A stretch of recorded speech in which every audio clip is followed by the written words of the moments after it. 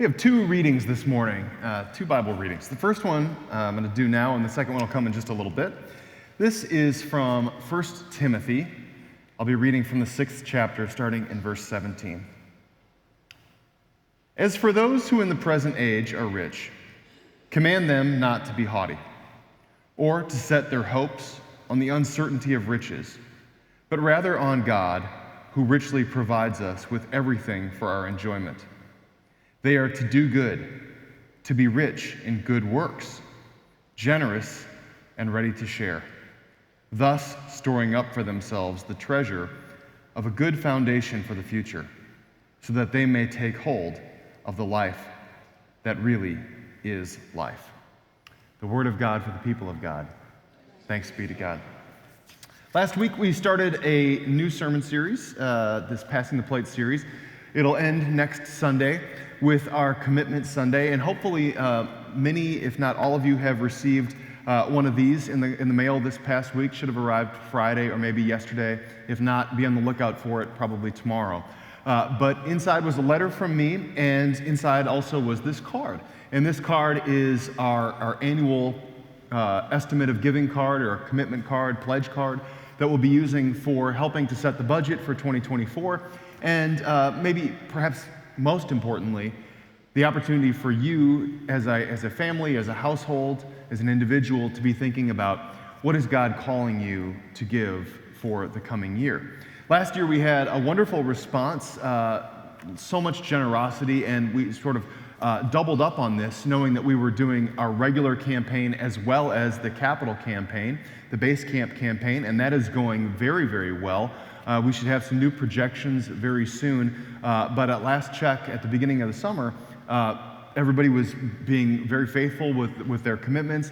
That money was coming in, and we are still on track to become a debt-free congregation, to put behind us that debt we've been carrying now for 20 years in the next few years. So that's wonderful news to celebrate, and I'll get you more concrete statistics when they become available very soon.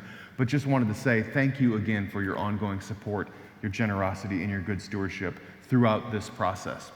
The other thing that's special about this card that you probably noted if you read about it in the letter, or maybe were here last Sunday to hear about this, on the back side we have what is a recipe card. It's actually a recipe card, and so we are asking you to write down a recipe on here, and next Sunday when you come, we hope that you will put this in the plate to share your commitments for the 2024 year, but also to share a recipe. And the recipe, again, if you weren't here last week, the recipe is not just any recipe.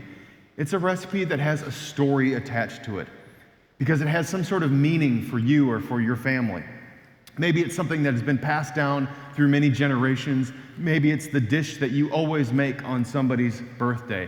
Maybe it was the meal or the dessert that was at Grandpa's 90th birthday, that kind of thing. So something that has a story attached to it. We want to know the story, we want to know the recipe, and we want you to bring that on Sunday. And of course, it seems fitting that with this particular series, we will be ending the series with a potluck dinner.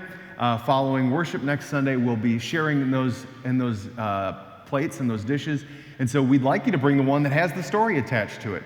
So unless that's way too complicated to bring with you on a Sunday morning, and you want to bring a different one instead, we would love to hear the stories, we would love to share those dishes, and we would love to celebrate our coming together as a congregation to share our gifts and to share the gifts at the table as we pass the plate. And we're going to wrap communion into that and make it one big table fellowship kind of event for the day. So we look forward to next Sunday. Just wanted to tell you a little bit about that. But before we get to next Sunday, today I want to talk a little bit about what I think Stephen talked about with the children and set up so well for us this morning. When I was doing a church internship, a pastoral internship in seminary, I was at a church way out in the netherburbs of Chicago. And at this particular church, there was a guy who had a unique vocation, and I had never met anybody that had done this before. He worked for a company that worked for magazines, and when you subscribe to a magazine, they begin to do a profile on each one of their subscribers. And they try to figure out what their interests are, what their likes are, what they might be interested particularly in shopping for. And then I don't know if you know this, but at least since the mid-1990s, probably earlier, the magazines that you get that you subscribe to are curated for you so that the advertisements they think will be attractive to you as an individual. So your copy of Time or Newsweek may look different than your neighbor's because the advertisements inside them will be different.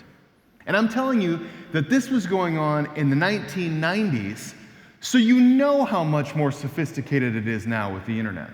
I mean, I know how we've all been spooked by thinking that Alexa is listening to us, right? And all of a sudden we talk about something and then it shows up when we're looking at social media. Or maybe we look at something, and I was looking at a product a few months back, and then I got an email later on that day saying, "Are you still interested in this item?" And I thought, that is just flat out creepy. And so I'm not going to do a sermon about, privacy invasion, as much as this wouldn't be the case if we weren't such predictable people that just feasted on our consumerism. But I don't want to talk about consumerism and the evils of consumerism either. I want to talk about the impulses behind it. I want to talk about what it is that makes us want more. And it certainly is made more and more difficult because of the nature of the way things are being brought to us, marketed for us, and so forth. Another thing that I learned about, for instance, is that the credit card companies will sell the data on what you have purchased to retailers so that they can try to sell you more of the same thing. I mean, we're up against a monster here when it comes to these kinds of things, right? And it's probably more important now than ever before to talk about these things in these terms.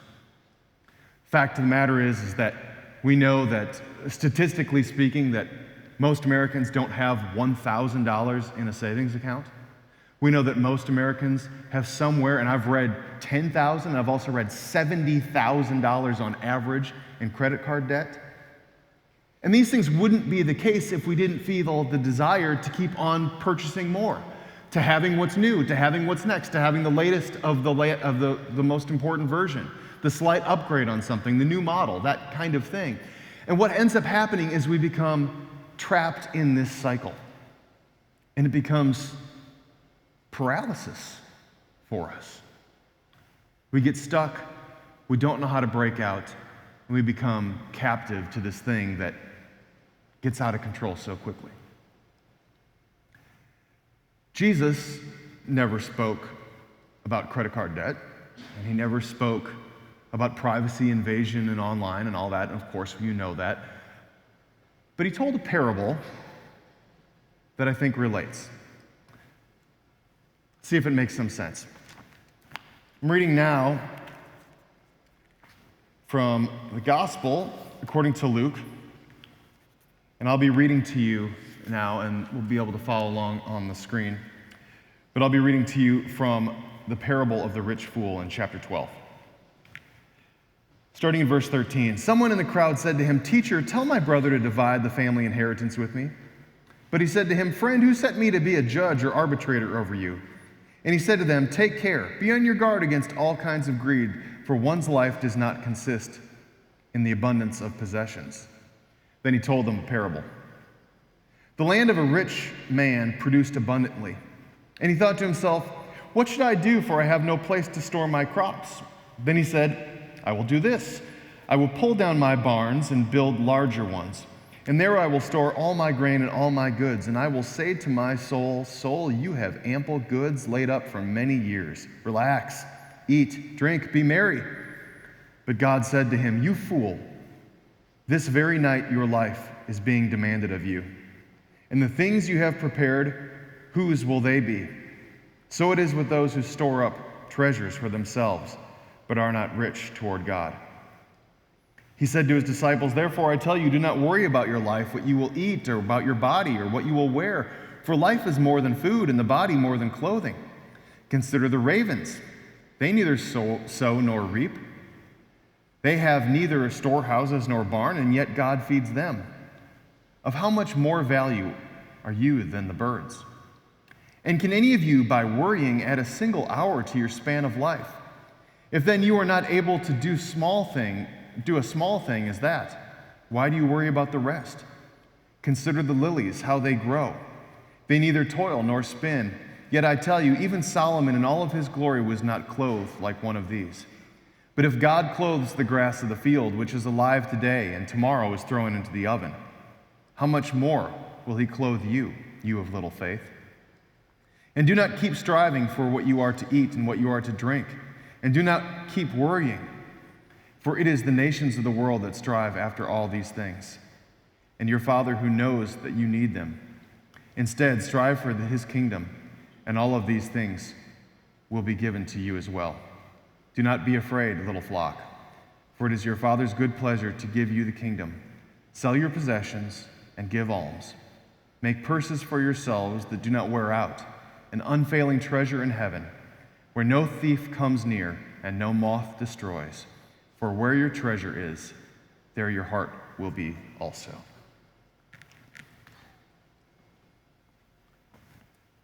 I had a professor several years ago, Dr. Craig Satterley, now Bishop Satterley, actually.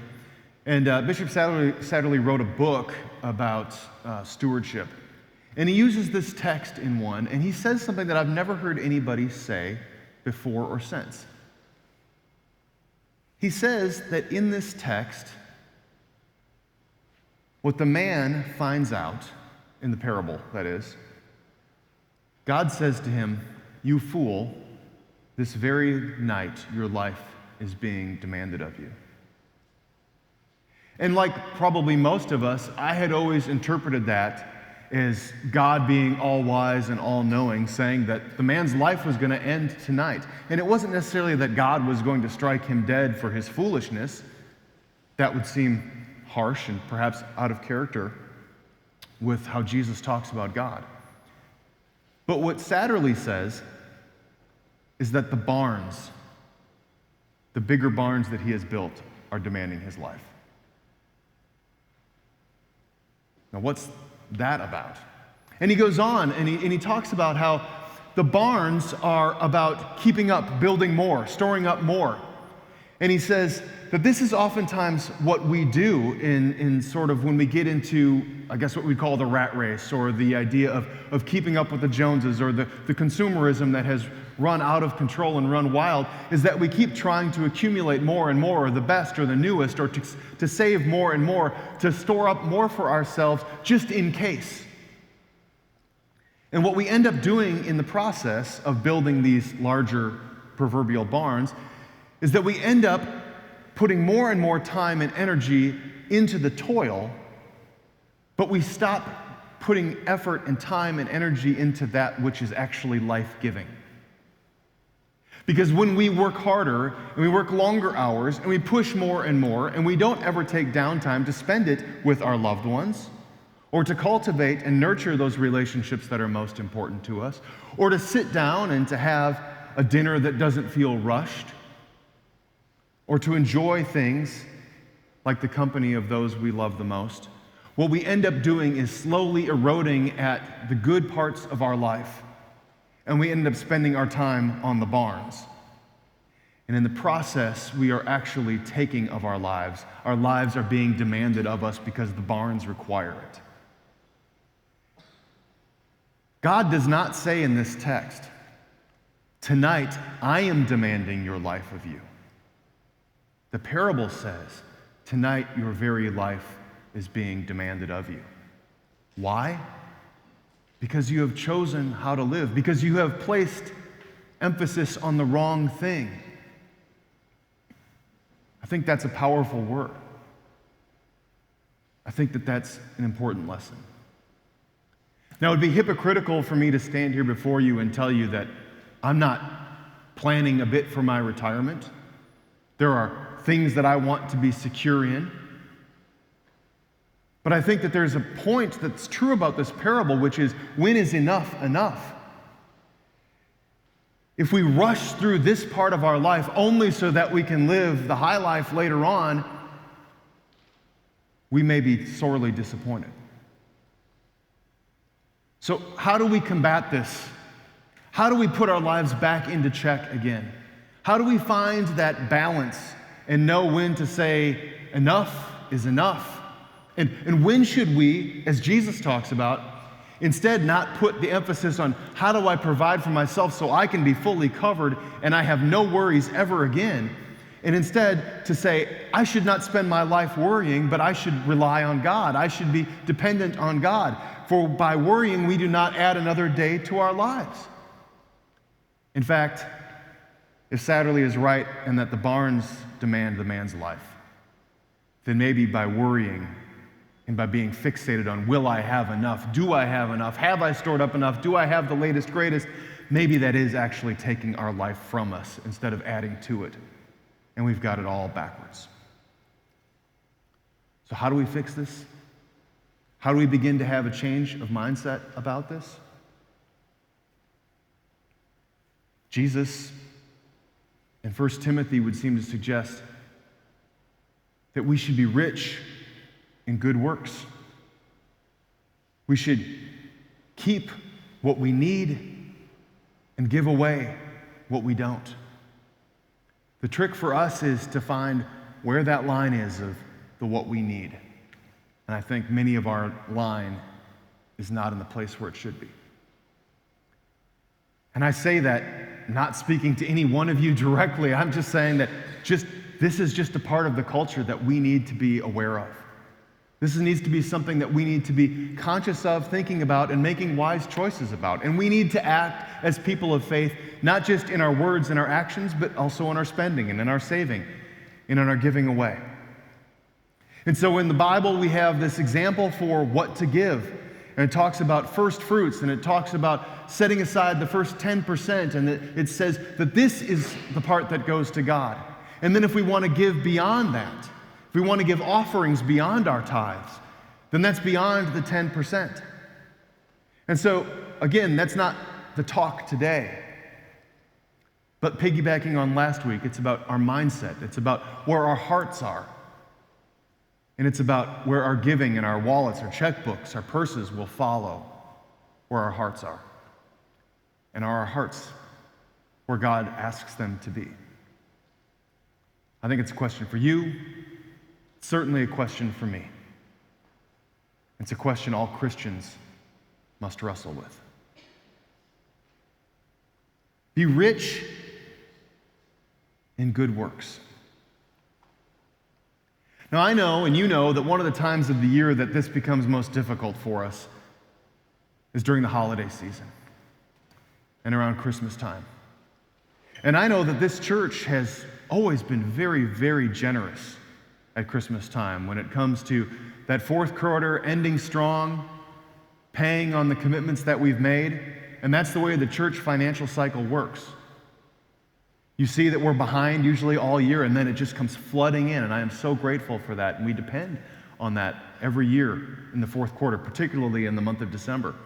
It's also the time when we do shopping and we put in a good chunk of our nation's economy, and that gets rolling again in the month of December. And it's a year that you have historically as a church always supported the Angel Tree program very well by buying gifts for children who may not receive any presents at home were it not for the generosity of strangers. But there's other traditions that we have in the life of the church. We do things with the children. We have a breakfast or a Pancakes with Mary event where we tell the Christmas story, and one of our youth dresses up as Mary and shares that story. There's crafts, there's decorating, there's all of that. And this year I told you I wanted to share something else that I wanted you to put on your calendar. And this year we're going to do all of that, but we're going to do it a little bit differently. We are going to be rich in good works this year in a different way. In the past, we gave to the Salvation Army for the Angel Tree program. And that was great. Salvation Army does wonderful work, and I have no doubt that children who needed to receive those gifts were on the receiving end of that. More recently, we've been working with some folks in the Homewood area in South Birmingham, and they've been receiving those gifts. But the challenge I've always had personally with that is that those gifts go to somebody, somewhere, and we trust they're getting to the right place, but there's no relationship there. And I believe that the way that hearts and minds are changed from the giver and from the recipient is when relationship becomes a part of it. And we've been talking about passing the plate and sharing meals together. And so I shared this idea with Amanda Vernon, with Samantha Bosmia, the two women who led our Angel Tree program last year, and we're doing something different this year. About a month ago, we scheduled an appointment and met with one of the school counselors at the primary school in Leeds. And we said, would it be possible for you to give us the names of about 50 families who perhaps are in significant need in your school? And could you provide those names for us so that we could buy gifts for our Angel Tree program for them this year? But more than that, could we put on a special event for those families? And not just for them. This is not a charity event. This is a church event. This is a community event.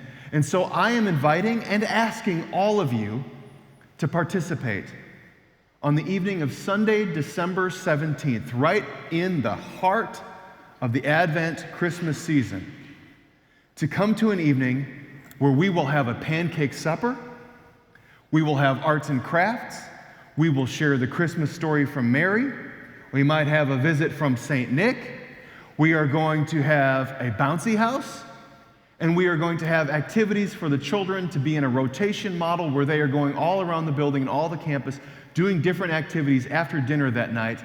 And the adults are going to stay in here, and we are going to share coffee, we're going to share dessert, we are going to meet with some of our neighbors from the Leeds community, and we are going to gift wrap together all of those gifts and have a community evening.